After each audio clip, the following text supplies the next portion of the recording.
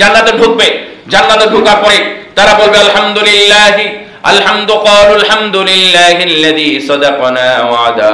ওই আল্লাহর প্রশংসা যিনি তার ওয়াদাকে সত্য রূপ দিয়েছেন এবং যিনি আমাদেরকে সেই জান্নাতের মালিকানায় আমাদের হাতে তুলে দিয়েছেন। সুবহানাল্লাহ। মানুষ দেয় কিন্তু মালিকানা দেয় না। মাছ দেয়, পুকুর দেয়, হ্যাঁ, জমিতে থাকতে দেয় কোন মেম্বার, চেয়ারম্যান অথবা কোনো টাকাওয়ালা, কিন্তু ওকে কি জমির মালিকানা দেয়? মালিকানা দেয় না। কিন্তু এটা জান্নাতীদের জন্য একটা বড় নিয়ামত। এটা ঢোকার পরপরই তারা এটা পেয়ে যাবে যে আজ থেকে তোমরা জান্নাতের মালিকানা পেয়ে গেলে। আল্লাহু আকবার। তার মানে জান্নাত তখন কি বলবে জানেন? নাতাবাওয়াউ মিনাল জান্নাতি হাইসু নাশা।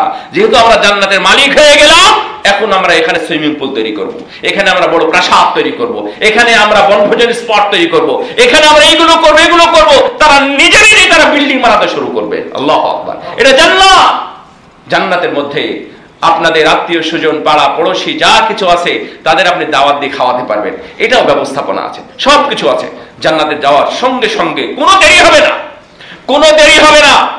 জান্নাত দেখবে মানুষ, জান্নাতীরা অপলকে পানে চেয়ে থাকবে জান্নাতের দিকে। কত সুন্দর, কি সুন্দরভাবে জান্নাত তৈরি করা হয়েছে। তারা যাওয়ার সঙ্গে সঙ্গে তাদেরকে আপ্যায়ন করা হবে মাছের কলিজা দ্বারা। সুবহানাল্লাহ। আউয়ালু তুআমি আহলিল জান্নাহ মিন জিয়াদাতি কাবদিল হাউদ। রাসূলুল্লাহ সাল্লাল্লাহু আলাইহি ওয়াসাল্লাম বলছেন, যখনই জান্নাতে ঢুকবে সঙ্গে সঙ্গে তাদেরকে আপ্যায়নের ব্যবস্থা করা হবে। আপনি যখন বাড়িতে যান, মেহমান কোনো ভালো মেহমান হিসাবে যান কোথাও, তখন আপনাকে সাথে সাথে আপ্যায়ন করা হয়, কোনো দেরি করা হয় না। আগে গল্প গুজব ইত্যাদি 1.5 ঘন্টা 2 ঘন্টা চলে যাবে তা না, আগে যাওয়ার সঙ্গে সঙ্গে খাওয়া। এটা জান্নাতের অবস্থা।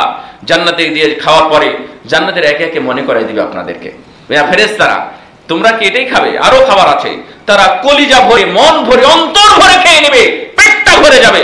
তখন মনে হবে যে হারে, যদি অল্প কিছু খেতাম তাহলে আমাদের আরো কিছু খাবার সুযোগ থাকতো।